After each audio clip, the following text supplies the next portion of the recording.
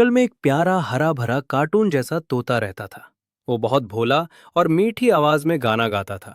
एक दिन एक चालाक कार्टून जैसी लोमड़ी आई और बोली, तोते भाई, तुम्हारी आवाज सुनकर भूख ही भूल गई।